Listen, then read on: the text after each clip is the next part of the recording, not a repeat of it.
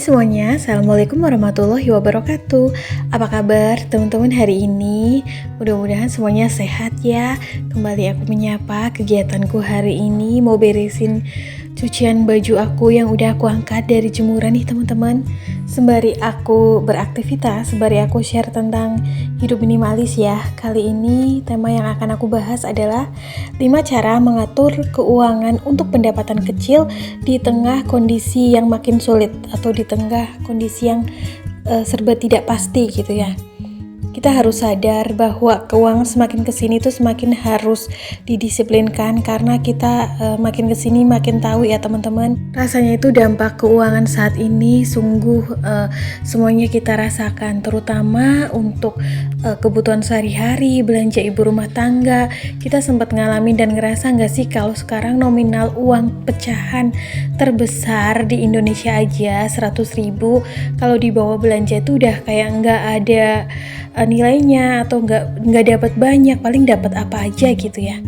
Nah, di tengah kondisi yang seperti ini, adakah cara yang bisa kita terapkan untuk mengatur keuangan yang kita miliki, terutama untuk yang pendapatannya kecil, supaya keuangan kita tetap baik-baik aja? Nah, aku punya 5 cara. Dari yang pertama yaitu cek ulang budget yang kita anggarin.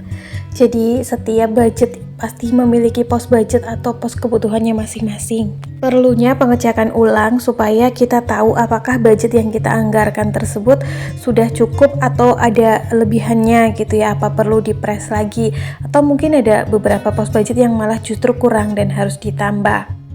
Jadi dengan diadakannya cek ulang budget yang kita anggarkan, kita tuh jadi tahu gitu ya, budget yang kita miliki apakah sudah sesuai atau perlu dikaji ulang.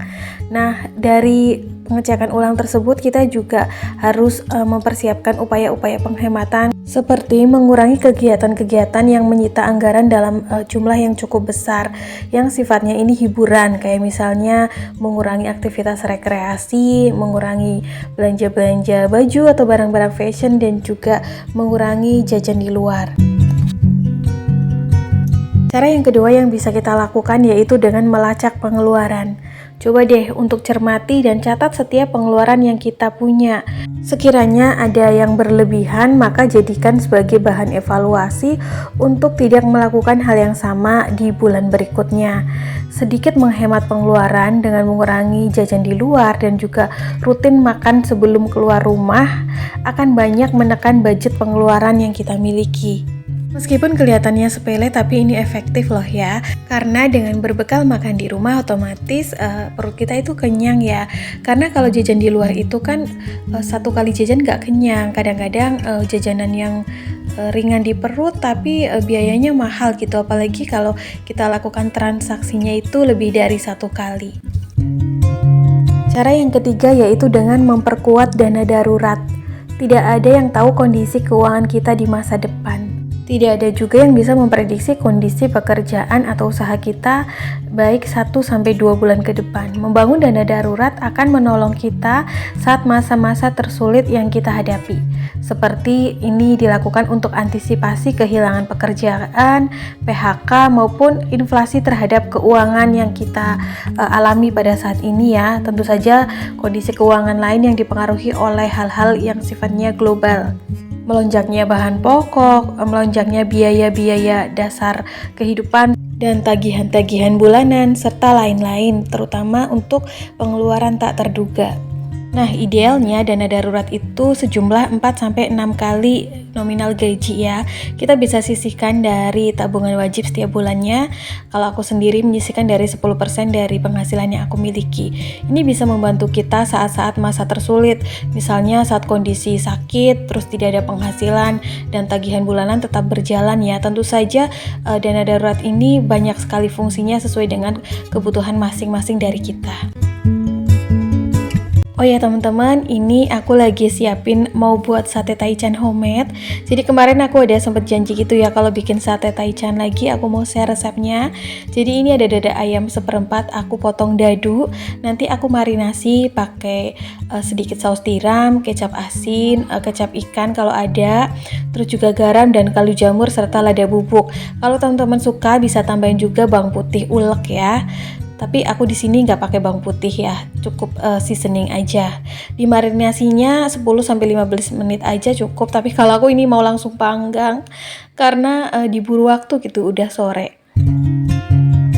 Lalu cara yang keempat yang bisa kita lakukan adalah dengan mengurangi hutang konsumtif. Yang namanya hutang pasti ada kewajiban untuk membayarnya, baik secara cicilan per bulan maupun secara tempo. Nah, dengan mengurangi hutang konsumtif ini, otomatis kita melegakan kondisi keuangan yang kita miliki, terutama untuk penghasilan kecil, supaya kita lebih lega dan lebih nyaman mengelola keuangan yang kita miliki. Seyogyanya kita harus mengupayakan untuk mengurangi hutang konsumtif. Kalau kita masih memiliki hutang ataupun cicilan, usahakan untuk berusaha melunasi hutang tersebut ya, dimulai dari tenor yang sudah pendek, terus juga dimulai dari sisa hutang yang paling kecil, supaya lebih ringan dirasakan. Satu persatu, insya Allah ketika hutang kita lunas, nanti ke depannya kondisi keuangan kita akan jauh lebih baik, akan jauh lebih nyaman, dan juga tentu saja dengan keuangan yang lebih nyaman dan longgar, otomatis kita bisa leluasa mengelola keuangan kita dan juga menganggarkan tabungan sesuai dengan harapan dan juga target yang kita inginkan. Terutama tujuan utama dengan mengurangi hutang konsumtif adalah supaya kita mencapai target financial freedom atau bebas keuangan ya, dimana kondisi keuangan yang kita miliki ini tidak membuat kita overthinking dan cemas. Ibaratnya kita nyaman menjalani hari demi hari tanpa perlu khawatir harus memenuhi kebutuhan rumah tangga kita dengan lebih berat. Kayak misalnya nih, kalau kita punya cicilan dan tagihan yang besar setiap bulannya, otomatis kan kerja fisik, otak, dan perasaan kita lebih berat ya. Dengan kondisi financial freedom, otomatis kita jauh lebih nyaman dalam menjalani hidup kita sehari-hari. Kebutuhan kita hanya terpaku pada kebutuhan pangan dan kebutuhan sosial lainnya, tanpa perlu memikirkan tagihan bulanan yang besar yang cukup menguras energi dan pikiran. Oh ya teman-teman, ini tadi daging ayamnya setelah dimarinasi langsung aku tusuk-tusuk ke tusukan sate. Berhubung aku mau memanggang sate taichan ini di teflon atau wajan anti lengket, jadinya untuk tusuk satenya aku patahin ya, nggak terlalu panjang biar muat. Ini isinya 4-5 potong aja tergantung ukuran. Lalu cara yang kelima yaitu dengan mencari penghasilan tambahan. Ini sering aku share dan juga sering aku singgung ya teman-teman, karena dengan memiliki penghasilan tambahan otomatis keuangan yang kita miliki jauh lebih nyaman, karena kita punya dana serpan untuk tambah-tambah dalam memenuhi kebutuhan kita sehari-hari.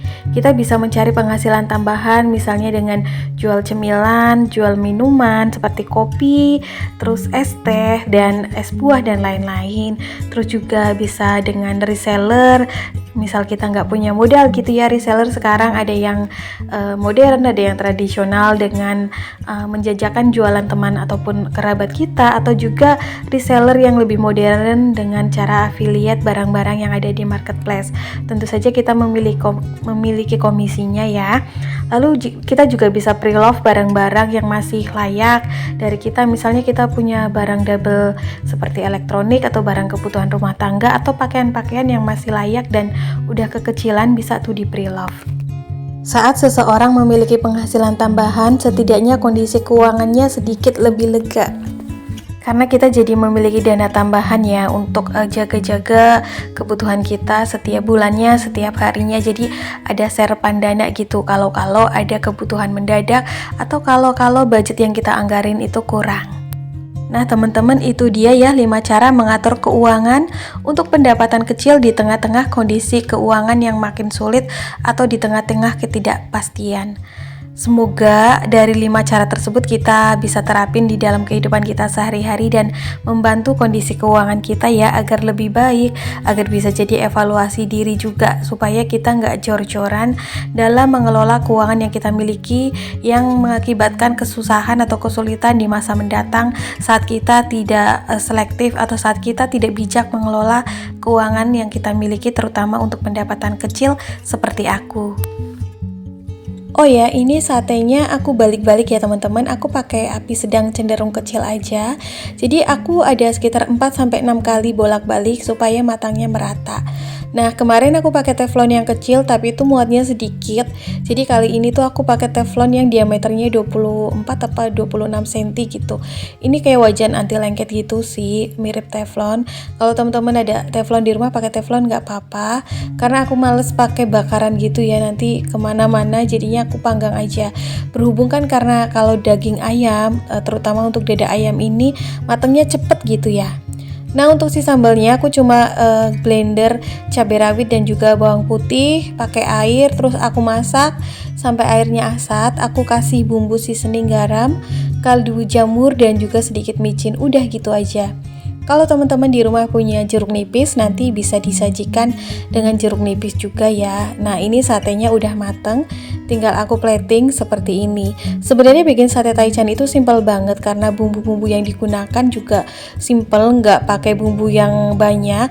Jadi seperti ini aja udah mateng, terus nanti disajikan dengan sambalnya. Kalau ada jeruk nipis bisa dikucurin jeruk nipis gitu ya. Kalau ada acar juga acar timun pakai bawang merah itu lebih sedap.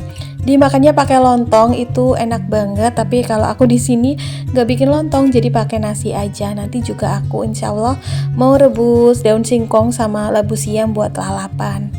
Nah teman-teman, ini dia ya sate taichan homemade ala aku. Teman-teman bisa recook di rumah. Ini meskipun bumbunya simple dan bikinnya gampang, tapi rasanya enak banget. Oke teman-teman, kayaknya sampai di sini dulu ya video aku hari ini. Semoga apa yang aku share hari ini bisa bermanfaat. See you next video. Assalamualaikum. Bye.